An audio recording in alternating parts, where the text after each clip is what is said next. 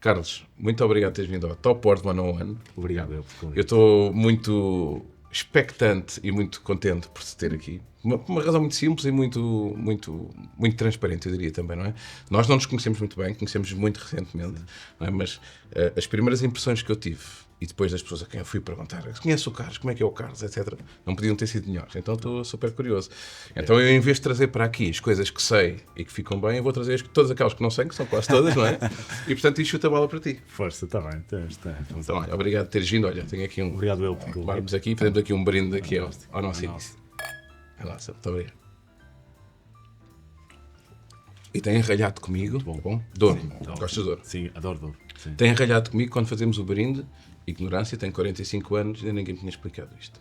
Tem que se olhar sempre nos olhos. Tem que se olhar Tu olhaste. Exatamente. E eu lembrei-me um segundo depois e olhei também, não é? Uma regra, tinha um grupo de amigos que fazia mesmo essa de forma estrita, mas quase de uma forma quase perversa. Sim, se for muito intenso, pode ser um bocado assustador. Era bastante intenso, mas como tinham essa regra bem estrita, às vezes até era um bocadinho assustador. Mas sim, é uma questão de educação. Pois, nem sei se é educação ou não, mas eu agora procuro de facto, porque nunca tinha aprendido isso. Enfim, como é que eu aqui investi aqui para um minuto a falar de... Exatamente. É para as pessoas desligarem logo o... Vê bem como é esta minha amiga que me está sempre a dizer que é a Isabel Moço, não é? Ela pressiona-me com isso. Portanto, vê bem como é que ficou na minha mente. Olha, Carlos, antes do deputado, não é? Antes do economista, antes da figura também pública que nós conhecemos, quem é que é o Carlos? Fala-me um bocadinho sobre as tuas origens. Isto é difícil de falar.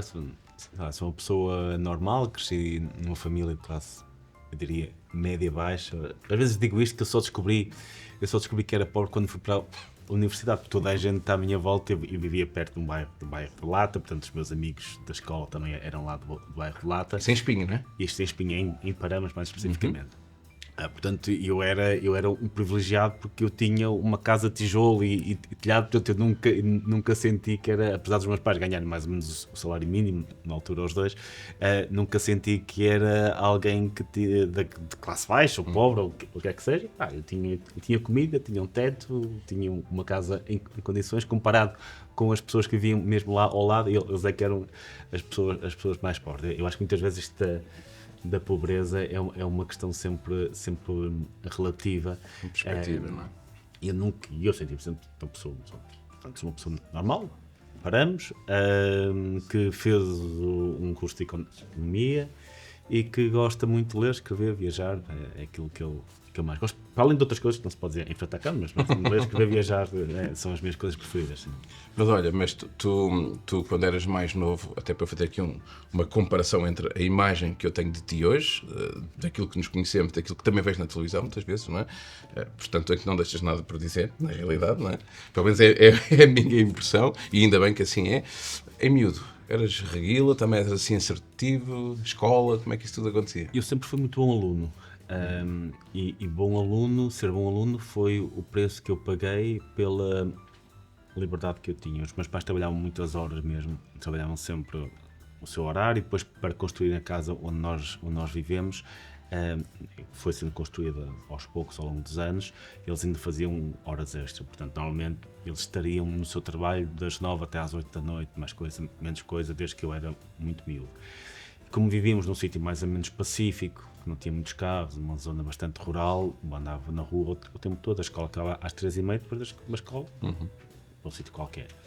E os meus pais sempre tiveram esta regra comigo, desde que eu tivesse boas notas, era livre para fazer aquilo que me apetecesse, eles nem precisavam saber o que eu andava a fazer, desde que tivesse boas notas, e tive sempre boas notas, portanto, ao longo do meu percurso académico, desde a primeira classe até à universidade, tive sempre boas notas, portanto, sim, vivíamos ali algumas aventuras, o que é normal naquelas idades e é particularmente normal para quem tem este tipo de liberdade, ou seja, acaba por cometer muitos erros pela liberdade. Como, por exemplo, assim, um grande disparate. Eu gosto sempre quando eu pergunto por um disparate e outro faz assim. Depois, eu como tenho um perfil público, se calhar quando deixar de ser deputado, poderei contar umas coisas dessas. Mas nós vimos ali numa zona de floresta, portanto nós íamos muitas vezes para a floresta, como miúdos, não é? Que eu tinha um rio também, e nós atravessávamos o rio através de uns troncos e depois íamos ter as zonas onde tinha casas abandonadas e entrávamos nessas casas. Mais tarde, como adolescente, às vezes organizámos concertos em fábricas abandonadas também, entrávamos lá para organizar os concertos. Não sei se isto diz muito em relação ao meu respeito pela propriedade privada, mas naquela altura, pronto, era adolescente. Não conta. Era um adolescente, acho que tem um adolescente meio anarco-socialista, anarco-sindicalista, acho que era a teoria que se dizia na altura. Não tinha grande respeito pela propriedade privada. Eras um explorador, não é? Sim, nós explorávamos, andávamos por ali, fazíamos esse tipo de coisas, mas sim, era basicamente isso. Há coisas que não posso mesmo contar, porque quando a câmara está ligada, quando a câmara se desligar, depois posso contar mais algumas coisas. Também já contaste algumas que ajudam a visualizar um bocadinho aquilo que era o teu perfil e aquilo que nós vemos hoje também. E tu falavas e partilhaste das tuas origens humildes, não é? Orgulhosamente humildes também, não é? Pelo percurso que foste fazendo. O que é que tu sentes que... Eu aqui já estou a imaginar o meu próprio percurso também de origens humildes também. Talvez não tanto, tendo em conta aquilo que tu partilhaste, para ser justo. Mas o que é que tu sentes que tu tens em ti, hoje, enquanto adulto, enquanto profissional, não é? Eu diria até enquanto figura pública também, se necessário, que sentes que nunca te libertaste de. Pode ser uma coisa boa, não é? Ou seja, lutava-se, não é? Através do trabalho para se conquistar, não é? Tu deste o exemplo dos teus pais também, não é? Portanto, o que é que tu sentes que esse lado mais humilde, mais luta, ainda hoje existe em ti, em termos de característica ou de forma de estar? Uma coisa boa que me liberta é que nunca desenvolvi aqueles gostos que eu considero mais superficiais, mas para algumas pessoas que cresceram noutro tipo de ambientes são necessários, são absolutamente necessários. Sei lá, roupas caras, ir a um restaurante caro. Eu não dou grande valor a essas coisas que para mim são superficiais, ou ter um carro extraordinariamente caro. Aliás, a minha declaração de património é pública para o bem e para o mal, portanto as pessoas saberão, quem visitar isso, que eu teria dinheiro para comprar vários topos de gama se fosse preciso nesta altura, depois de ter estado fora do país. Mas eu sentir-me envergonhado se alguma vez fosse a casa da minha mãe ou a casa de outros familiares meus com um carro de topo de gama. Quer dizer, nunca comprei nenhum carro que custasse mais de 20 mil euros, comprei sempre carros usados. Porquê? Porque acho isso superficial. E hoje, obviamente, tenho muitas pessoas, tanto no partido como noutros ambientes em que estou, que cresceram nesse tipo de ambientes, e obviamente não tenho culpa nenhuma de ter crescido nesse tipo de ambientes. Exceto o Alfredo e o Paulo. Não, mas que têm necessidades muito, muito distintas e uma necessidade de estar sempre a mostrar que estão pelo menos tão bem como os pais, ou pelo menos que a família. Eu tenho um Citroën C3, se eles chegassem com um Citroën C3 à beira dos amigos, se calhar sentiam-se inferiorizados. Pai, não sinto minimamente, tenho um carro, paguei-o pronto, não tenho grandes preocupações com isso. Mesmo em termos de roupas, que normalmente porque é que não tens roupas mais caras ou as sapatilhas, não sei, eu não valorizo esse tipo de coisas. Isso é bastante. Se não soubéssemos que tu és de espinho, agora ficava-se a saber, exatamente. Mas aquela coisa, tenho estas sapatilhas que custam 200 euros, são fantásticas. Era incapaz, acho, não que não tenha esse dinheiro hoje, poderia gastar, mas porque acho uma coisa absolutamente superficial. O único gosto mais caro que eu desenvolvi com os anos, e esse tenho, é viajar. Pronto, é onde eu gasto dinheiro que não gastaria se nunca tivesse tido a possibilidade de juntar e sair destas origens mais humildes. Mas de resto, eu diria que me visto os carros e tudo da mesma forma que fazia quando era adolescente. É giro estás a dizer isso. Eu revejo-me em alguns pontos.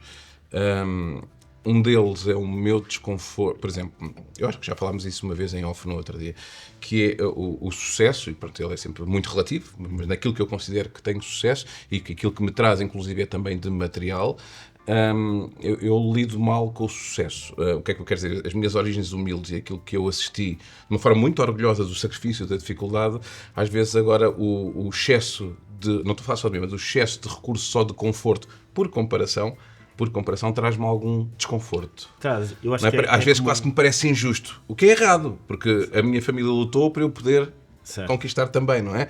Mas eu não me liberto muito desse desconforto. Mas eu honestamente até me sentiria mal se, obviamente estou com a minha família muitas vezes e elementos da família tiveram destinos diferentes, obviamente, continuamos a dar todos bem, até me sentiria mal. Se um dia chegasse a casa de um familiar meu com um BMW topo de gama e eu sentir-me mal com isso, sentir-me mesmo mal com isso, mesmo podendo pagá-lo pronto, o que é que seja, sentir-me mal, não faz parte deste ambiente. Aliás, acho que a minha mãe não vai ver isto. Nunca disse aos meus pais quanto é que ganhava no Dubai, porque acho que era insultuoso. Claro. O dinheiro Normalmente que eu ganha-se ganhava mal na no altura. Dubai. Sim, ganha-se imensamente mal. Mas era quase insultuoso. Aliás, eles ficaram chocados. Chocados não, felizes, obviamente. Já o meu primeiro emprego, à saída da universidade, eu fui ganhar algo como 1.500 euros na altura, que era uma coisa brutal, estamos a falar há 20 anos, exatamente, que eu saí da universidade, 20 anos. Fui ganhar mais na altura do que os meus 2 pais juntos ganhavam. Claro. Contraste, não é? Isto, primeiro ano à saída da universidade. Depois, quando vai ganhar muito mais, Claro. portanto, quando se começa a somar isso tudo, e de facto cria ali algum desconforto, mas ao mesmo tempo tens muito menos exigências autoimpostas. Eu não tenho esse tipo de exigência, porque se tivesse, se calhar tinha um orçamento mensal muito maior do que o que tenho. Nem tenho os gostos. Não é só feitio e não é só personalidade, não é só característica, não deixa de ser também uma gestão inteligente de recursos, não é? Sim. E de budget. Aquilo que o dinheiro me deu principalmente é não ter de me preocupar muito com o dinheiro. Pronto. Saber, eu hoje sei que o que tenho na conta bancária vai chegar até ao final do mês, até ao final do ano, até ao final da década. Sei que não estou a pensar dia a dia aquilo. De resto, tento não gastar em coisas. Mas eu tenho aí uma curiosidade que é que eu acho que fazemos um caminho similar nesta dimensão que eu vou dizer, mas que ainda assim ainda me deixa expectante, ou seja, que às vezes pergunto, será que estou a ser romântico sobre a realidade? Que é, eu também não avalio as pessoas e, portanto, não me avalio a mim próprio por aquilo que visto ou por aquilo que conduzo, não é? Na verdade, nós vivemos numa sociedade, seja ela na perspectiva dos nossos vizinhos, da comunidade, seja da sociedade empresarial, política também, não é? Em que, na verdade, há uma cultura, não é? E há juízos de valor, não é? E há oportunidades que aparecem e oportunidades que desaparecem, não é? Eu sei que esta minha forma de estar não materialista, embora possam existir outras pessoas com outras opiniões sobre a minha forma de estar, mas eu creio que é esta, eu sinto que às vezes já me fechou algumas oportunidades que caminhámos nela, de um negócio para fechar um projeto, até o acionista daquela empresa administradora ir à janela e vir que eu fui com um carro mais fraco, por exemplo, não é? Odeio, detesto, mas isto não é ficção. Eu acredito que isso também tenha impedido a certas alturas, precisamente quando estamos a falar de um meio político que é bastante de elite, não é? Estamos a falar. Quando falo do meio político, não falo só dos políticos, falo dos políticos, da imprensa.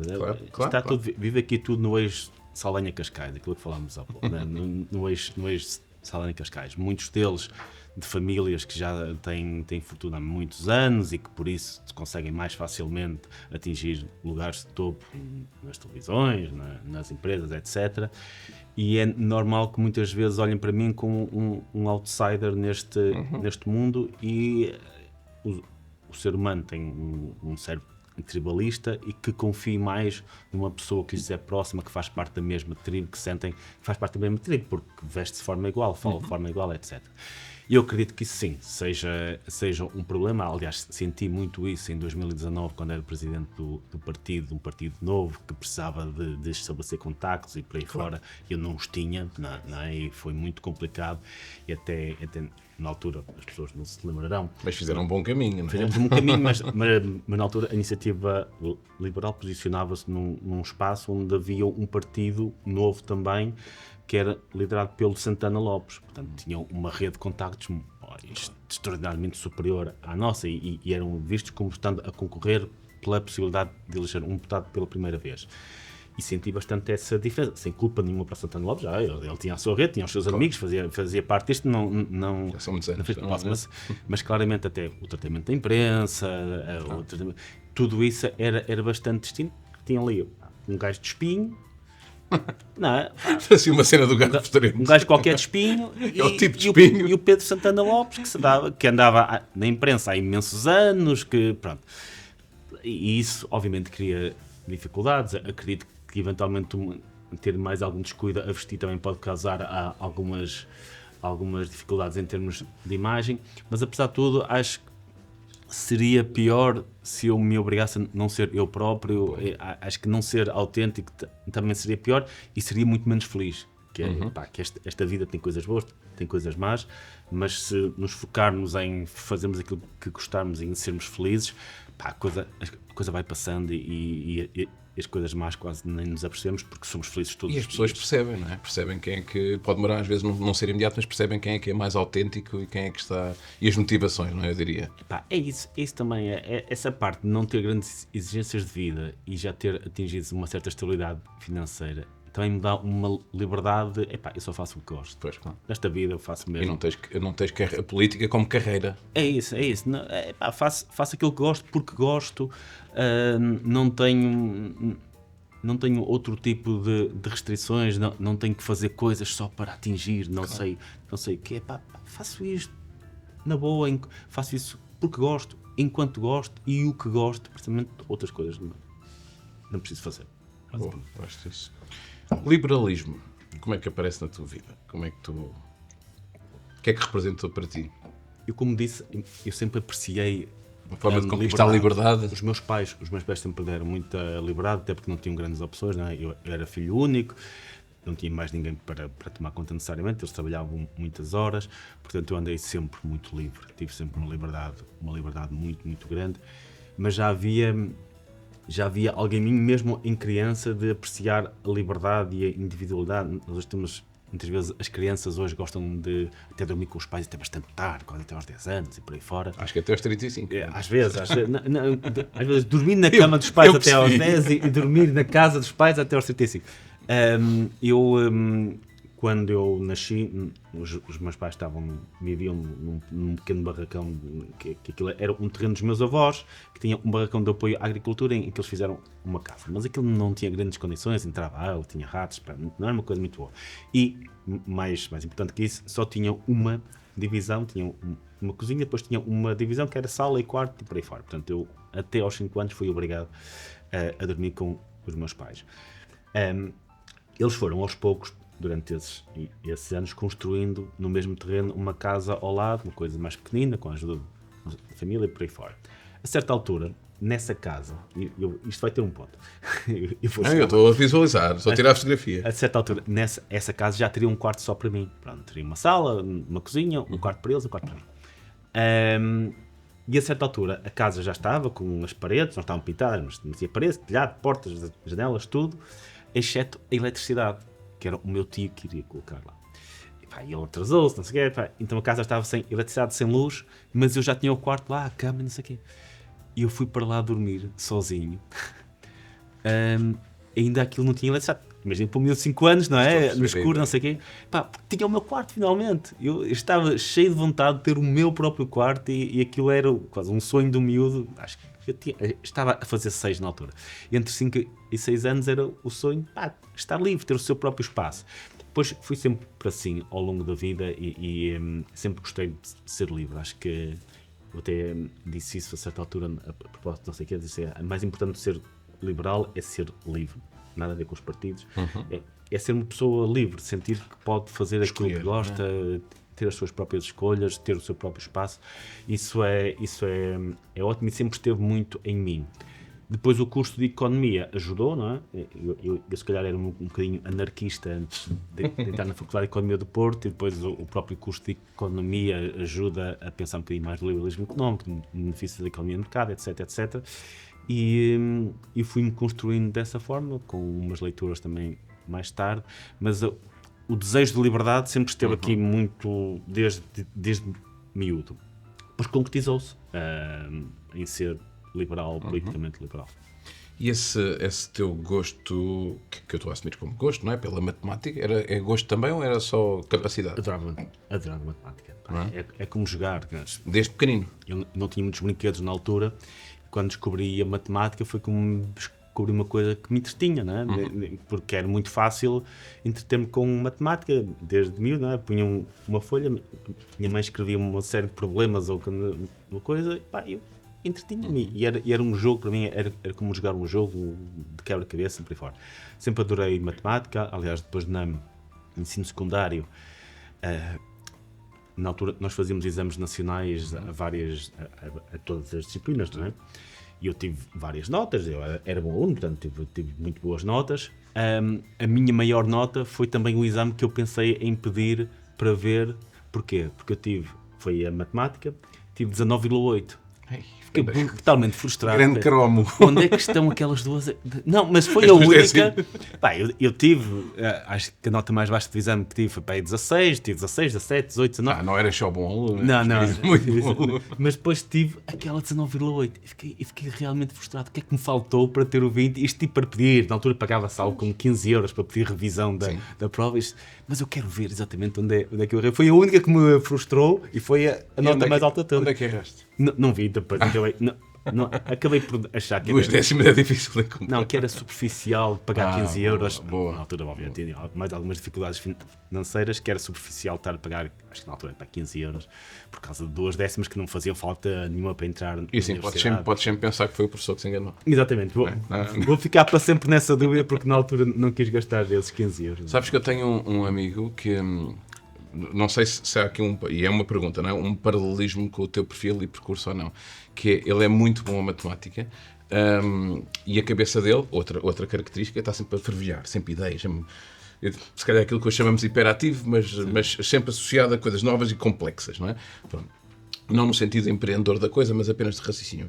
E ele encontrou muito na matemática uma forma de acalmar e de aprender a organizar-se também, não é? Sim. Quase como se o exercício da matemática o acalmasse um bocadinho mentalmente. Tu és assim? Eu era definitivamente assim. Aliás, os meus pais não gostavam porque não levava muitas coisas até ao final. Eu tentei aprender vários instrumentos, piano, guitarra, vários instrumentos. Pois que aqueles concertos também tocavas, ou não? Nas casas fantasma abandonadas que vocês iam em pequenininhos para organizar concertos. Não tocava porque nunca toquei nada suficientemente bem para que alguém me quisesse ouvir. Hoje estou outra vez a tentar aprender piano, mas nunca toquei nada suficientemente Portanto, não bem. dás música a ninguém. E sou de uma família de músicos. Não? A família da minha mãe, de músicos, no sentido não profissionais, mas a família da minha mãe, todos adoram música. O meu avô, tem um vídeo publicado sobre isto, o meu avô, que teve uma vida também muito complicada, tornou-se chefe de família com 12 anos, que o pai faleceu, enfim. E ele tinha muitos irmãos mais novos, portanto teve uma vida muito complicada, marceneiro, mas teve sempre uma paixão pela música, então envolveu-se nas bandas filarmónicas desde muito, muito cedo. E aliás, a escola de música da banda filarmónica da minha terra natal, Paramos, ainda hoje se chama Escola de Música Joaquim Guimarães, porque foi ele que a fundou, sem nunca ter muito dinheiro ou o que quer que seja. Ele foi marceneiro a vida dele toda. E nesse lado da família tem muita gente que toca. Tenho um tio, filho dele, que ainda hoje toca, faz concertos, aqueles grupos no baile, não sei o quê, que ainda hoje faz isso, toca saxofone. A filha dele toca na banda da Marinha, a minha prima Luciana. Portanto, tens mesmo que aprender de qualquer coisa. Não, eu sempre fui. Felizmente a minha filha parece que herdou desse lado da família, e ela é muito boa, adora música e adora tocar. Eu fui sempre bastante. Mas sobre a questão da hiperatividade, eu sempre gostei de fazer muitas coisas diferentes, aprendi vários instrumentos, aprendi vários desportos, portanto tentei jogar futebol, voleibol, onde era razoavelmente bom, principalmente no voleibol, mas também depois preferia o futebol e andava ali às voltas. Sempre que havia uma oportunidade de aprender alguma coisa à borla, eu ia aprender. Ténis, a certa altura, a Câmara de Espinho permitiu que tinha lá uns cortes de ténis, tentar aprender, mas ao final de algum tempo aborrecia e ia fazer outra coisa qualquer. Os meus pais davam-me sempre essa liberdade, não se metiam nisso, mas também, já desististe deste, vais para o outro, mas eu quero aprender este. E curiosamente isso depois resultou na minha carreira profissional. Eu era consultor de empresas, que é a carreira certa para quem... Não se apega durante muitos anos à mesma empresa? Não se apega. Eu fazia projetos, tipo cheguei a ter o projeto mais longo, foi de 1 ano, mas nunca estive no mesmo cliente.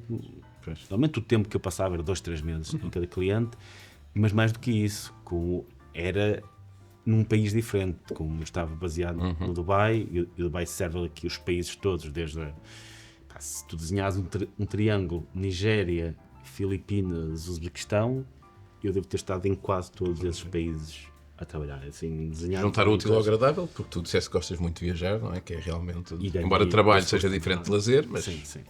E descobre-se os países de uma forma diferente, porque é diferente tu ires lá uma semana, claro, em 100% turista, que vais para o hotel, vais para o Starbucks, vais para os highlights principais da cidade, e compras um imã para o aeroporto e compras um imã para o frigorífico. Eu também faço isso, notes. Aos sítios onde vou uma semana é exatamente isso que eu faço. Mas descobres os países de forma diferente, que muitas vezes países que tu nunca descobririas de outra forma. O Uzbequistão, um dos exemplos, não teria sido um país no topo das minhas listas, e adorei a Zâmbia. Zâmbia foi um dos países que eu mais gostei. Eu li qualquer coisa que a Índia te impactou muito, não é? Que aquilo era energia a mais. Não sei se temos tempo para isso. Sim, a Índia foi aquela viagem que me mudou a minha vida, porque fui lá muito jovem, sem dinheiro. Eu fui trabalhar na altura, fazer um estágio em que me pagavam volta de $400 por mês. Fazer um estágio para à Índia. Como é que surge um estágio na Índia? Surgiu assim Foste tu que propuseste? Sim, eu estava muito aborrecido na universidade. Só 20. Estava farto. Não, tinha boas notas, mas achava que as aulas eram assim um bocado chatas. Ao fim de 3 anos já me chateava um bocadinho. E a certa altura apareceu, no meu 3º ano, na altura os cursos eram 5, uma possibilidade de ir de Erasmus, um programa experimental para a Turquia, que nunca tinha sido feita. A Turquia não fazia parte do programa Erasmus, eles estavam a fazer um programa piloto e tinham condições ótimas, e eu queria fazer Erasmus, mas não teria muito dinheiro para fazer Erasmus de forma normal, e aquele programa era ótimo, ofereciam tudo, e eu vou-me candidatar. A Turquia não era o destino principal das pessoas que queriam ir para a França, e eu fui para a Turquia. E adorei fazer o projeto lá de Erasmus na Turquia, foi muito bem tratado. Estamos a falar em 2004. E depois, quando regressei, senti-me aborrecido. Tinha gostado tanto daquilo. Tinha descoberto, quando estava na Turquia, que podia fazer as cadeiras só estudando, sem ir às aulas, porque depois ainda fiz alguns exames cá e tive boas notas na mesma. Então apareceu-me logo a possibilidade de um voluntariado na Roménia. Eu fui 2 meses para a Roménia e fiz um voluntariado que acabava antes da época de exames, portanto cheguei aqui, fiz os exames todos e tive boas notas no mesmo. Portanto, já me estás a irritar com as boas notas. Estou-me a sentir um burro. Não vou dizer mais isso. Estou a brincar. Não, é admiração. E depois apareceu a possibilidade de ir para a Índia, porque uma amiga lá da Roménia falou-me desse estágio e disse que a Índia está a precisar de imensos estagiários, imensas pessoas da Europa que falem línguas europeias. Eles na altura estavam a começar a ser a região do outsourcing. E encontrei aquilo e fui lá para a Índia. Era inicialmente para ser um estágio de 6 meses. Ao fim de 4 meses eu trabalhava intensamente, mas no último mês houve um escândalo qualquer que envolveu empresas de outsourcing na Índia, então os clientes caíram a pico. Eu estava lá, não tinha nada para fazer. Tinha uma colega ao lado que era tibetana e que me disse: tu sabes que o Dalai Lama todos os anos dá uma semana de aulas em Dharamsala, que é no norte da Índia, onde ele vive. E disse: isto é uma oportunidade brutal. Tiveste aulas do Dalai Lama? Fui lá, tive aulas com o Dalai Lama. Demiti-me do estágio, saí do estágio 2 meses mais cedo, sem muito dinheiro, não é? Porque estava ali, tinha os salários que tinha recebido e tinha poupado alguma coisa, mas sem grande coisa. Fui para Dharamsala, que era para ficar uma semana lá. Tive a aula, apaixonei-me por Dharamsala. Dharamsala é uma zona fantástica. E resolvi ficar lá mais um mês a fazer voluntariado em Dharamsala com os refugiados tibetanos. Estamos uma experiência muito gira, mas estamos a falar, eu fazia lá, aquilo que eu gastava era $1 por dia para comer e $2 para o alojamento. Portanto, coisas tu já és ferreta, bem, então ainda é mais fácil. Lá era tudo muito barato também. Então pronto, vivia lá por $3 por dia, fazia o voluntariado, ensinar inglês aos refugiados tibetanos que chegavam, e depois o último mês passei a viajar pela Índia, a gastar os últimos dólares que ainda tinha, né? As últimas rupias, no caso. E essa viagem marcou-me profundamente, porque vi coisas do mais Eu já viajei muito, estou perto de chegar aos 90 países, e se me dissessem, sabendo o que sei hoje, há 25 anos, dissessem, olha, tu só podes viajar para um país na tua vida, não podes viajar para mais nenhum país, só um, era a Índia que eu escolhia. Não por ter necessariamente as paisagens mais bonitas, mas por ser o mais diferente de tudo. Ok. Epá, todos os países têm coisas diferentes e têm coisas iguais. A Índia, e eu senti na altura como se fosse quase um planeta diferente. Eu tinha visto os filmes do Indiana Jones, achava que algumas daquelas coisas eram exageradas, mas Não é? não eram. Havia ali. Eu não conheço, sim. Quando se vai para o interior da Índia, obviamente, se fica por Delhi, Mumbai, entre os hotéis, Claro. não sei o quê, aquilo é igual a qualquer cidade europeia. Não exatamente igual, mas metrópole. uma metrópole asiática qualquer. Mas quando tu entras pelo interior da Índia, quando fazes viagens de comboio, como eu fazia, cheguei a fazer uma viagem de mais de 40 horas, sempre em segunda classe, obviamente, pronto. Tu conheces mesmo a Índia real, as pessoas, como é que elas vivem, quando não tens um orçamento, quer dizer, na altura não ia ao Booking marcar o quarto para o sítio onde cheguei. Eu chegava, fosse às 10 da manhã ou às 8 da noite, ia bater às portas. E és introvertido ou não? Ou és extrovertido, não sempre nessas viagens, que imagino que muito desse percurso seja sozinho, não é? Acho eu. Ou com namorada. Era com a namorada? Exatamente. Então não precisamos de conhecer mais pessoas, tá bom? Exatamente. Mas era interessante conhecer outras pessoas. Eu sempre fui muito Porque a cultura são também introvertido. muitas pessoas, não é? Eu sempre fui um bocado introvertido, portanto, nem era. Mas era obrigado a conhecer as pessoas, porque nós que não ficávamos em hotéis ou o que quer que seja. Aquilo que fazíamos era ir bater às portas. Onde é que se come e onde é que apanho o autocarro, não sei. Pronto. E era obrigado a fazer isso. As pessoas foram sempre muito simpáticas comigo. Conheci lá imensa gente, imensas realidades distintas, pobreza absolutamente extrema, que não vi em mais lado nenhum. E note-se, eu viajei por África, trabalhei muito em África, e nunca vi os níveis de pobreza extrema e as formas que as pessoas utilizavam para ultrapassar essa pobreza extrema. E posso dar aqui um exemplo em Bhopal, por exemplo, uma das zonas do interior da Índia, um bocadinho fora dos roteiros turísticos, até porque aquilo teve um desastre ecológico aqui há umas décadas. Eu passava lá pelas casas e achava muito interessante, porque todas pareciam ter umas pilhas de uns discos empilhados à porta. A certa altura perguntei lá a alguém, mas o que é que são aqueles discos empilhados à porta? As casas todas muito antigas, muito velhas, porque é que tem aqueles discos todos empilhados à porta? Eles basicamente utilizavam aquilo que as vacas faziam, porque havia vacas de todo lado, não é? Estrume, não é? Estrume, limpavam aquilo, secavam, e era a forma de aquecer nas casas, porque não tinham outra forma de aquecer as casas no inverno. Como nós temos lenha, não tinham lá grandes zonas de floresta. Secavam e faziam aquilo. Depois, obviamente, todas as pessoas em Calcutá, Calcutá é uma metrópole imensamente pobre, as crianças de rua que me chocavam. Uma coisa, tu a certa altura ficas insensível porque não sabes se eles estão a pedir para eles ou se aquilo é um esquema negócio, qualquer, é um esquema. Muitas vezes elas são escravizadas para andarem a pedir. Eu a certa altura sentia-me tão mal com aquilo, comecei a andar com um pacote de bolachas comigo, e como as via, obviamente, muito magras, que, olha, não vou dar dinheiro para não andar a alimentar estes esquemas, mas vou-lhes dar alguma comida e tal para pelo menos sentirem-se bem. E 2 bolachas ou 3 ficavam com um sorriso imenso. Enquanto tu tomas contacto com essas realidades todas, quer sociais, quer empresariais, falando aqui agora Dubai, em concreto, não é? Mas a África, a Índia e todos os outros 90, não é? Pronto, alguns tu ficaste a conhecer eventualmente mais empresarialmente do que socialmente, outros que ficaste a conhecer as 2 dimensões.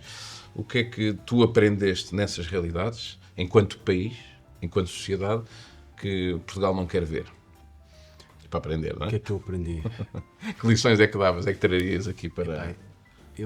Quando tu começas a viajar para países diferentes, a primeira coisa que tu notas são as diferenças destes países. Eles comem isto, ou comportam-se desta forma, mas quando tu visitas muitos países, várias culturas diferentes, e eu tive essa coisa de ter começado a viajar quase pela Ásia e por África. Eu fui ao Reino Unido já depois de ir ao Uzbequistão e à Índia e ao Paquistão. quando começas por aí, tu ao fim de algum tempo, em vez de tentares notar as diferenças, notas as igualdades. O que é exatamente igual? E é naquilo que é exatamente igual entre todas as pessoas, sejam da Índia, das Filipinas, da África, Tens um etc. padrão, não é? Aí é que está a natureza humana. Aí é que é a natureza humana. Que é aquilo que nós somos, porque é aquilo que somos exatamente iguais. Independentemente da cultura, da religião, nós queremos todos muito a mesma coisa. Né? Obviamente queremos as nossas necessidades básicas, a comida, estarmos confortáveis e por aí fora, essas necessidades básicas que é de esperar, mas também todas as outras necessidades. Reconhecimento social. Sejas tu um CEO milionário, percebes? Ou um tipo numa aldeia da Índia, toda a gente quer pelo menos um bocadinho de reconhecimento social da sua tribo, da sua família, etc. Independentemente do estatuto Independentemente socioeconómico. do estatuto, exatamente. Porque toda a gente quer, obviamente, o afeto das pessoas de quem gosta, ou pelo menos de uma pessoa, isso é também transversal a toda a natureza humana, independentemente de ser um CEO multimilionário ou outra coisa. E que a felicidade também é muito relativa, que foi outra coisa que eu percebi. Uma coisa que eu gostava muito de fazer na Índia, isto nem sei se soa bem sequer, mas que eu, obviamente, eu não tinha muito dinheiro, mas tinha mais dinheiro do que a média do indiano. Pronto. Claro. Então de vez em quando eu andava naqueles rickshaws de bicicleta, que andava uma pessoa de bicicleta, eu ia atrás, pronto, que era a forma de transporte mais barata. De vez em quando, para criar uma alegria na vida de uma pessoa, eles cobravam, sei lá, $2, eu dava 5. Claro. Que é uma coisa imensa. Claro, é 5 $3 extra. do que 2, não? Mas E aquilo, eu lembro de uma dessas vezes em que se calhar até dei mais um bocadinho do que isso, de ver a alegria esfuziante na cara daquela pessoa, que note-se, vivia na rua, como todos os condutores de bicycle rickshaw, vivia na rua, nem deveria ter família, que lá há das castas mais baixas muitas vezes nem conseguem encontrar uma mulher com quem casar. estão registados muitas vezes. Pronto, tem todas as dificuldades do mundo, mas eu acho que naquele momento, naqueles minutos a seguir a receber aquilo, ele era mais feliz do que qualquer um de nós, do que possivelmente muitos milionários que estavam numa reunião chata e aborrecida, mas que tinham uma mansão em casa, tinham uma família tremenda, não sei o quê.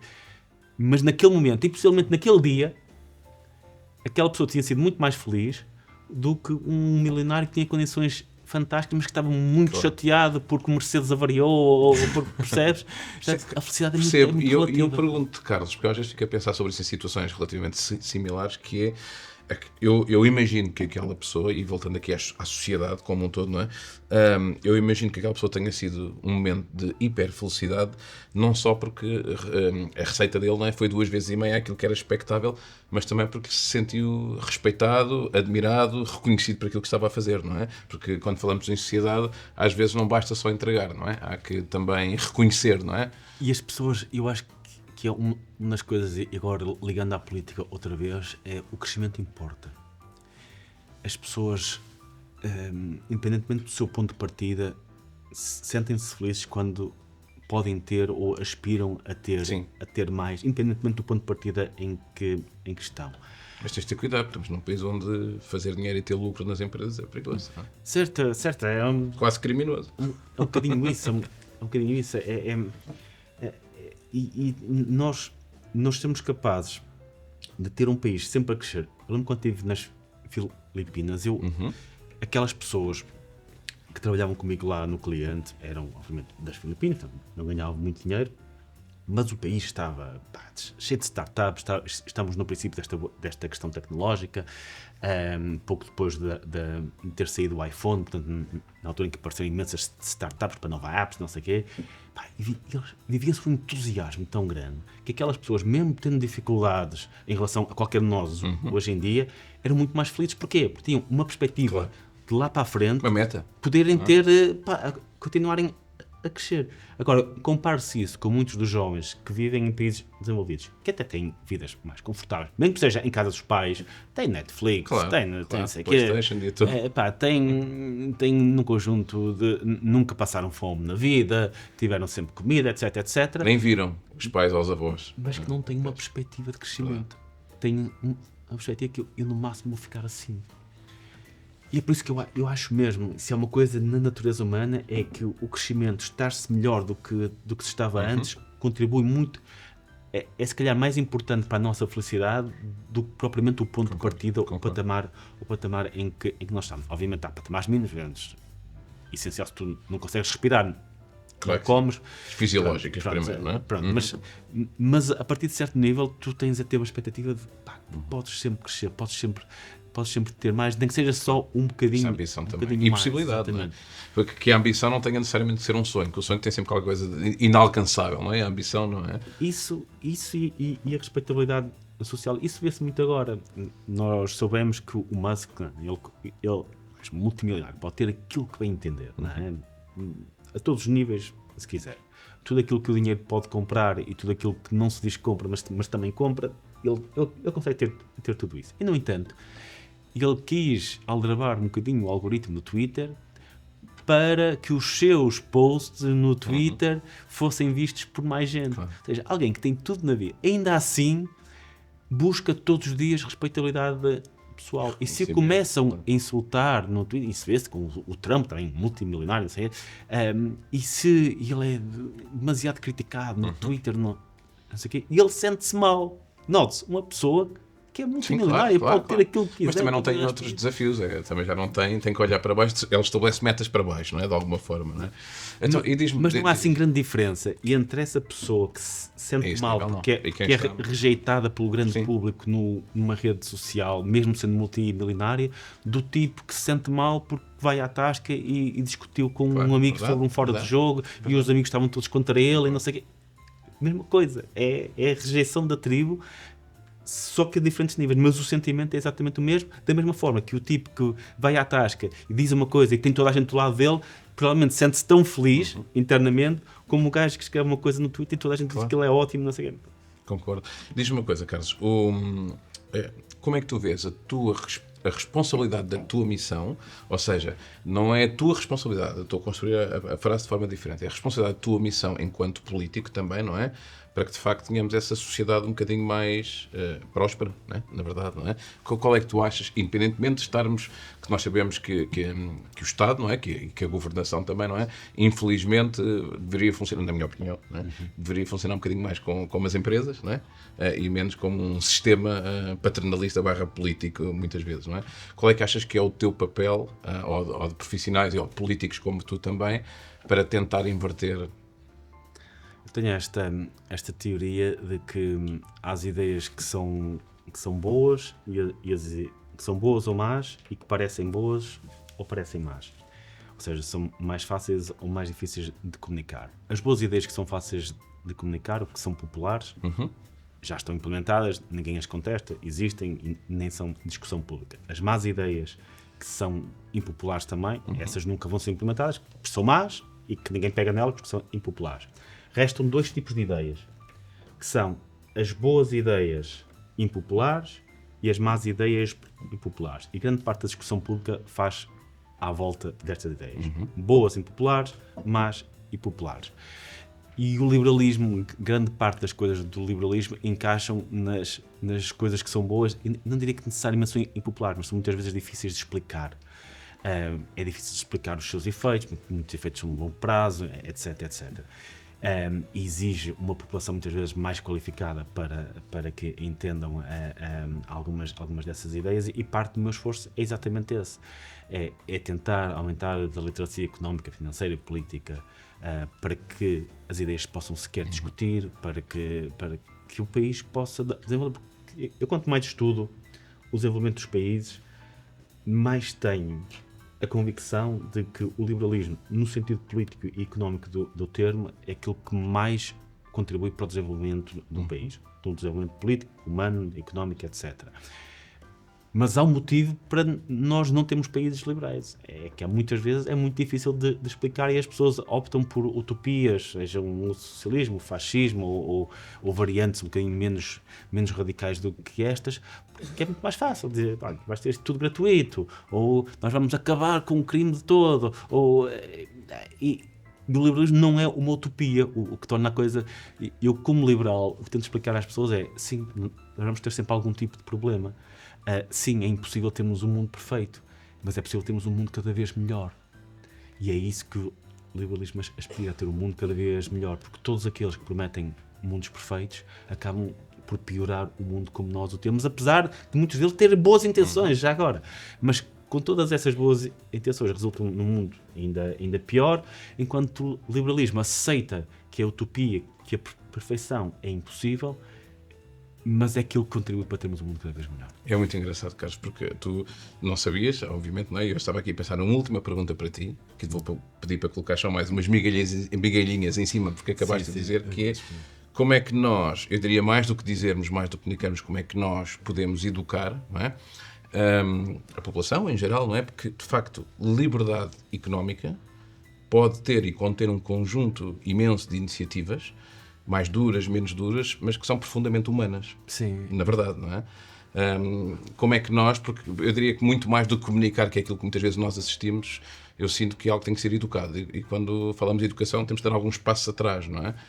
Qual é a cereja que colocas aqui no topo do bolo? Eu lembro-me quando era líder de partido em 2019 e não estava muito habituado às televisões, porque não ia lá muitas vezes, e depois de forma muito surpreendente fui convidado pelo Ricardo Araújo Pereira, e a certa altura, acho que as pessoas sabem que aquele cego normalmente tem um guião, mas ele saiu completamente do guião. Não sei se ele já fez isso muitas vezes, mas saiu completamente fora do guião, porque ele obviamente não concorda comigo, e ia disputando os argumentos que eu ia colocar. Ele vai lá para o avante, quem fez o quê? Sim, mas legitimamente. Eu, obviamente, tinha muito menos experiência de televisão, e a certa altura saiu uma frase que depois se tornou o slogan do partido uns anos mais tarde, que é, há coisas que eu se calhar aqui, com nervosismo, eu não consigo explicar.